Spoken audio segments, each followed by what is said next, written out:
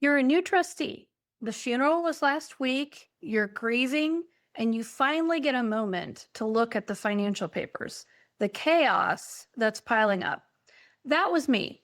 Credit card and utility bills were scattered across the kitchen table. Login passwords were written on sticky notes stuck to the desk. And somewhere in the middle of all that paper, I was supposed to be the responsible trustee. Where do I even start? If you're a newly named trustee of an estate and staring at a growing mountain of papers, this video is for you.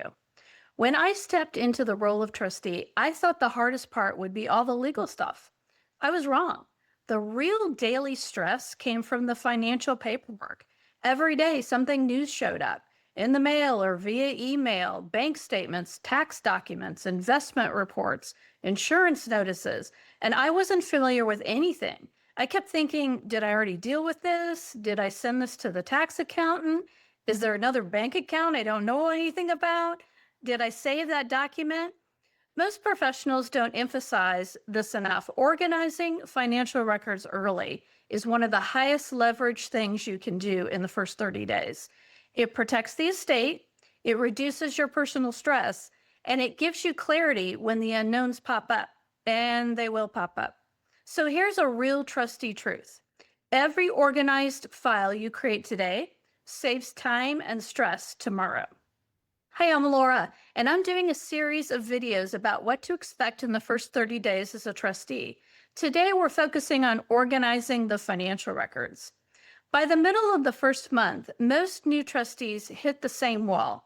The money side feels messy and it gets high stakes quickly.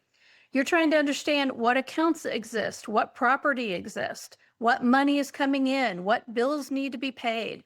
Are there automatic withdrawals? What expenses are coming due? What information will the attorney or the CPA need? You don't need to have every answer, but you do need a place to capture what you know now so that you can understand what you don't know yet. So let's make this very simple. The first thing I want you to do is create one central location for financial information for the trust. So create your trust financial hub. It can be a physical binder, it can be a digital folder, or it can be both. The important thing is that you know this is where all the trust information lives. Inside that hub, create 3 broad sections. Now, don't create 25 folders. Don't spend 3 hours designing a color-coded system. So if you're OCD, you can plunge into all that detail later. You're grieving, you're busy. Keep it simple. Sort everything you have, and it goes into 3 basic categories. The first category is accounts and statements. Now, these are the bank, investment, retirement account statements. The next pile is income and expenses. These are the bills, the credit cards, the other debts that might be needing to be paid.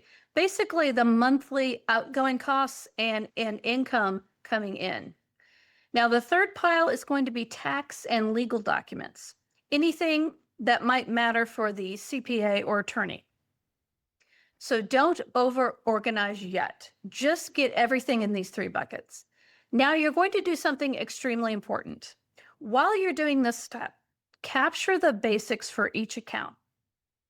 That means the institution name, the account type, the last 4 digits or full account number, the approximate balance, if known, how you expect the next statement or bill to arrive. Is it going to be mail, email, online only? Do you have to go in and download it?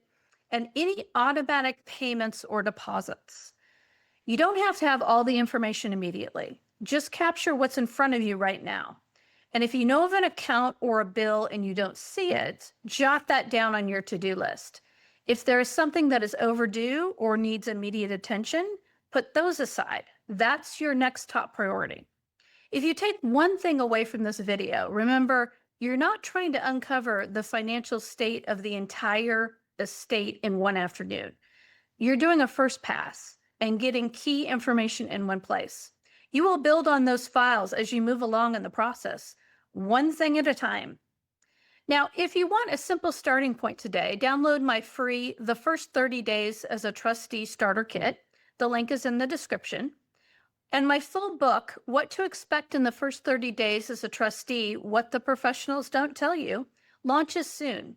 It walks you through the entire first month, including deeper guidance on tracking money, taking inventory, and the key questions to ask your attorney and CPA. You can pre order the ebook, and the link is in the description. You were chosen for this role because you care. You don't have to become a financial expert. You just need the next clear step.